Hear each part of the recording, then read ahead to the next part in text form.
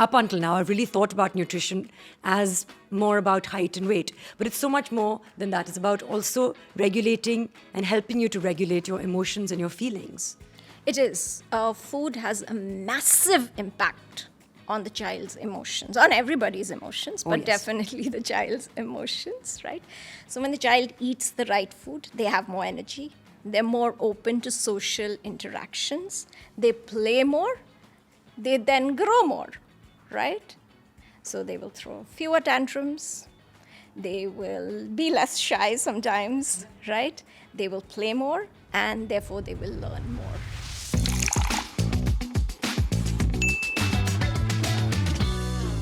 So this morning, my daughter decided that she had to wear her unicorn headband to school. She said it made her feel brave. And you know what I said? Great, go for it. And of course, 5 minutes later, I was actually wondering if perhaps I should have worn it to my meeting, because honestly, I could have used the courage. But parenting, well, it isn't always this simple, is it? Some days are unicorn headbands and giggles. Other days, a full-blown protest, because they weren't ready to say goodbye to the supermarket trolley. And then there are the birthday parties, balloons, cake, 20 kids running around, and I'm standing there with her glued to my leg. So today, I want to talk about the revolts, the clinginess, those mum situations or moments where we were just, we're looking at them and we're wondering what's going on or what's growing on. Welcome back to What's Growing On, the podcast where we untangle the little mysteries of growing kids, recognizing the signs of growth for indications and sometimes actually just to calm our own parenting jitters. And today, I'm very happy to say that we're joined by Dr. Debmita Dutta, parenting and wellness consultant and someone who has seen, I think, enough toddler moments to know what is actually worth worrying about and what is part of the package. So, doctor, what I really want to start with is tantrums. I mean, we all know that they are the nemesis of grocery shopping, for example. We all relate to that. So, what are these tantrums all about? So the important thing to remember is tantrums are not all bad. So tantrums are a sign of growth and brain development. So tantrums happen when a child understands, I want this. Right. And they want to communicate it to us. So both are signs of growth, right? Yes. It's the beginning of the building of identity, and it's the beginning of communication skills. Both are good. So tantrums are not all bad. It's important to remember that to keep things in perspective. Absolutely. But what if, like you said, it's about them expressing what it is they want and also understanding what it is that they want. But what if what they want is like a candy the size of their heads? It's still important that they want it. So their thinking brain is growing and it's telling them what they want, but their emotional brain right now is at the forefront because it's fully grown. Right. And that is why they want things that we may not always connect with. Yeah. But it's important to still remember that they are asking for what they need. And that is why we should not punish them. Tantrums should never, never be punished. 3 things to be done. Listen so that they don't have to shout. Validate their emotions so that they calm down. And then put into words what they want to actually say. So this builds their vocabulary. And the next time they want the same thing, they don't have to throw a tantrum. They can actually use the words. Right. When we do this repeatedly, they learn. Yes. And that's the whole goal. That is great advice.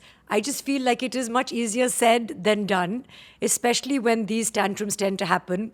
They're rolling around in the middle of the floor, not always at home in their bedrooms, but in the middle of a supermarket, in the middle of a mall. Everyone is staring at you, and often their cameras recording you as well. Yes. And in those moments, I have to say that I personally have felt quite rattled as a parent. So I'm sure that other people will relate to that. So I understand everything that you're saying in terms of that it's part of your development and that you should mirror calmness. And sometimes I feel what you said was so valid in terms of listening. Yes. I feel like when I lower my voice, then everybody has to bring things down just to be able to hear. But, you know, how do you manage to remember that when you're rattled in public? So I think the mantra should be that the tantrum is not a sign of bad parenting. A tantrum is a sign of growth.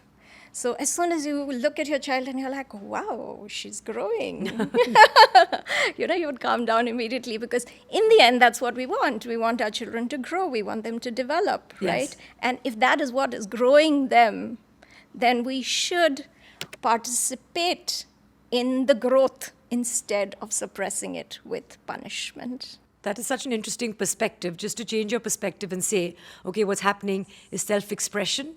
And that really does, I think, help to take the pressure off us, because we do see it as a reflection of our parenting and our behavior. Yes. And it's not. But what about those, there's those social situations where, for example, just the other day, we went to a restaurant and now she's 7. And at home, she's very confident. And in the car, she's very confident. And we get to a restaurant and I introduce her to some people that I've run into. And then she's clinging to my leg and she's not uttering a word. And I feel like, oh, this articulate child who speaks so well, where is she? I know, I know. I'm wondering why sometimes it becomes hard for her to open up in certain situations. What's happening there? So shyness is not a bad thing. Shyness is actually a protective mechanism. So whenever you take a toddler into a new situation, they are programmed to experience anxiety. Right. This is what keeps them safe, because it makes them cautious. Otherwise, I'm sure you would be running at full speed after your toddler who's exploring and never be able to catch them. Yeah. And that would put them in all kinds of danger, right? So to prevent that, they are programmed to experience anxiety when they come into a new environment with new people. And they hide behind us and they survey the place. They assess what kind of people, what kind of environment is out there. And when they feel safe, they move away from us. So it's more of a let me take a moment as opposed to I don't want to be here at all. Yes, exactly. So often we make the mistake of pushing children away and saying, go, Yes. go, say hi, Yeah. hi. But it's a big mistake to do that. So when a child is shy, what they need is to feel safe and supported. If we stay with them and we allow them to look at the space and the people over there, they'll slowly decide what they should do in that situation after it's completely new for them. And then they will go out and, socialize. And of course, I feel like, as you said, the more I try and push her and the more I try and physically sort of untangle her, disentangle her from me, Yes. it's a battle because she hangs on even more tightly. It is. So it's a big mistake, like I said, to take a clingy child off you. They're clinging for a reason because they're feeling unsafe. So I have a tip for you, okay? Or for any parent who's having a child clinging on to them. If the child clings to you, cling harder to them, right? So Right. if you cling to your child, they feel so safe, so ultra safe, that then they're like, okay, let me go. Right. Let me go. I'll go and play, right? So cling to your child if you don't want them to cling to you. That's really good advice. I'm going to try that next time. And then I will tell you how it goes. Yes, please do. But I do think it makes sense because you make them feel safe. And then when they're ready to take those steps, they know you're there. What about those? I feel like it's not always with my child, but I have friends and we talk to each other. And one says, I see your child playing during recess, for example. And my child sometimes comes home and I say, what did you do? Who did you play with? And she said, I didn't play with anyone. Yeah.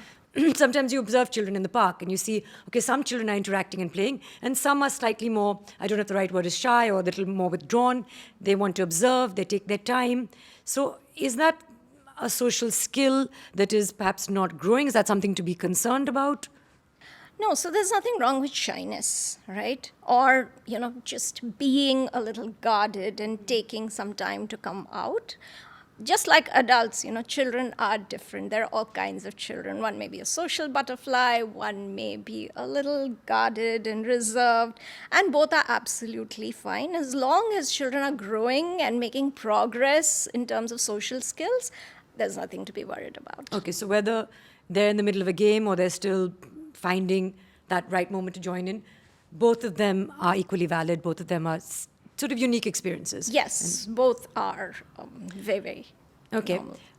I think the positive thing for me to remember then is that if my daughter, if my son is taking time to open up, taking time to make friends, it's not like forever I will be that person who has to be the patient or the customer or the tree or whatever we're role playing at that point. Because honestly, at least for me, I'm an actor at work.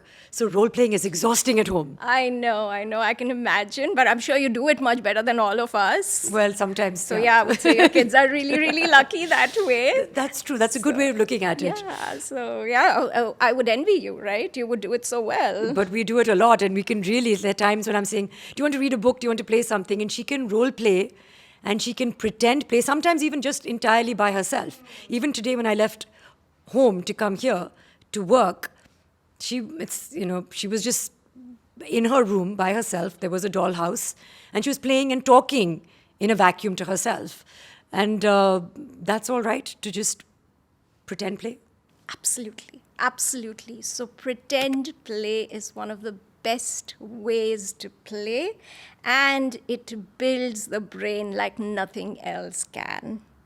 So pretend play helps children learn how to learn. So, all learning is actually pretending Right. because it teaches symbolism. Yeah. Which is what all learning is about, symbolism, and it also teaches innovation, right? The second type of pretend play is role play, where they're pretending to be a doctor or a teacher. Now, that is again very important because they bring their observation skills and their imitation skills in there, right? So that is very important for learning as well. And then there's a third type of pretend play, that is fantasy play, where they act out a story that they have either heard or imagined, right? So this brings in creativity, imagination, all again very important for learning. Firstly, I think that's really valuable for a lot of parents to know, is that they're actually building skills and it's not just like they're doing nothing. Doctor, we've spoken about social skills, we've talked about playtime, we've talked about emotions, and those are all fundamental building blocks, absolutely, to growth. But there is a huge building block that I want to talk about with you now, and that is nutrition and food. So if you could spend a little bit of time talking to us about the role of nutrition when it comes to, for example, emotions and managing our self-regulation and things like that. So it's important to understand that when the brain is growing rapidly in the toddler years, food is not just fuel. Food is the building block for brain development, right? So the nutrients are actually serving as the building blocks for brain development, right? So if you look at proteins, proteins are essential to make new nerve connections, synaptic connections. Proteins are also essential for creating neurotransmitters, building neurotransmitters, all of which are essential for brain function. Then you have the good fats like choline, DHA. These are essential because they create a myelin sheath around the nerves, and this increases the speed of nerve transmission. Then there are micronutrients like iron and iodine, and these actually help each cell in the brain and the body, of course, to work at their optimal or, up to their potential, let's say. So it's not just that your brain is hungry, but your brain actually demands and is picky about what it needs and wants to eat. Yes, very important. So when the brain is growing so rapidly, it actually, the gut needs to work in sync with the brain and body and provide the nutrients that the brain and body need to grow. It's actually fascinating to understand how this human body works and how it's so interconnected and how food is more than just filling an empty stomach. I've seen what actually happens to my daughter when she's hungry, and hangry is a word that she even says. The other day we were in the car and she was irritable. And she said to me, Mama, I'm hangry. And the fact that she can identify that, I think it's wonderful for us to recognize and to be in tune with our bodies like that. And for me, up until now, I've really thought about nutrition as more about height and weight. But it's so much more than that. It's about also regulating and helping you to regulate your emotions and your feelings. It is. Food has a massive impact on the child's emotions, on everybody's emotions, but yes. definitely the child's emotions, right? So when the child eats the right food, they have more energy. They're more open to social interactions. They play more. They then grow more, right? So they will throw fewer tantrums. They will be less shy sometimes, right? They will play more, and therefore they will learn more. So, Dr. Datta, because we're talking about what we eat and food, the one parenting hot topic now, and I think for a long time, has been sugar. So, please shed some light on sugar. Is it something we should run away from? What is sugar? Where do we find it? What are the different kinds of sugars, and what are the ones we should be concerned with? So sugar is a very misunderstood term, and it's a very wide term which encompasses a lot of things, right? So when we are thinking of sugar, we're only thinking of table sugar, refined sugar, or chini, as we may call it. But lactose in milk is also sugar. Fructose in fruits is also sugar. Maltose in wheat is also sugar. When we talk about added sugar, Right. so added sugar is anything that you add over and above the ingredients that are actually present. So when you have a product and you add anything to sweeten the product, it comes under added sugar. So it could be sucrose, it may not be sucrose. Nowadays, a lot of companies have started listing what they have. So if they have sucrose, how much sucrose they have, they write it over there to make it easier for parents. And I'm now inferring that it is the refined sugar, the sucrose, which we want to stay away from. And now, if we go to a reputed company's product, then we can read the ingredients and know what has sucrose and what doesn't, and we should. But often we try and substitute. And there are lots of products that substitute sugar, or we think that they are, and we use jaggery, we use honey, we use coconut sugar, we use other things. So are those things avoiding sugar? No. The straight answer is no. Jaggery is sugar. Honey is sugar. What else did you? Coconut sugar is sugar. Right? So all of these are just sugar. You could call it sucrose, you could call it chini, you could call it jaggery. Okay, understood. In the end, it's the same thing. So read the ingredients, guys. Should be on the package. Yes. Now we come to what is my favorite segment of this podcast, because I like to bust some myths. I feel like we have very few credible, reliable sources of information, and as parents, that's what we really want. Yes. So this episode has the segment which is called Fad versus Fact, and it's brought to us by Nestlé NANGROW. And because we have an expert with us, could you please help us to bust some myths? Absolutely. Okay, we'll begin. The first myth is that children should completely avoid all sugar to stay healthy. Fad. Children need natural sugars that come from lactose, fructose, maltose, etc. These are turned into glucose in the body and they're utilized for brain development. What we really need to avoid is sucrose or refined sugar. Understood. Okay. 2. And I think I already know the answer to this, having listened to what you were saying, but in case you want, we shall spell it out for you now. If a child is shy, then you must push them to mingle. Fad. Okay. Never push a shy child to mingle. It'll do the exact opposite of what you want. Let them stay close, let them feel safe, let them feel supported, and when they feel like that, their shyness will slowly decrease. I think that's lovely. Allow them to choose when they want to step away. Yes. Number 3, pretend play is just a fun distraction. It doesn't amount to anything else. Fad. Pretend play is a total brain workout. So pretend play helps in emotional growth. When children can revisit the experiences they've had and relive and reflect on the emotions they experienced, they can grow emotionally by regulating those emotions. The second is it helps to build thinking. So for pretend play, Children need to remember the whole story, so it builds their memory, and they need to focus in order to go in sequence. So it builds memory and focus. And then pretend play also helps in social development. Children actually can practice in their mind what they will do in different social settings. And that's how pretend play gives them a sort of playbook for various social situations. That's fascinating to know that actually pretend play can be a training ground for real life situations. Yes, it is. And we can really help children with pretend play. So there are 3 things we can do. Number 1, create a routine so that children have structure and safety in their lives. They feel secure. The second is schedule time for free play.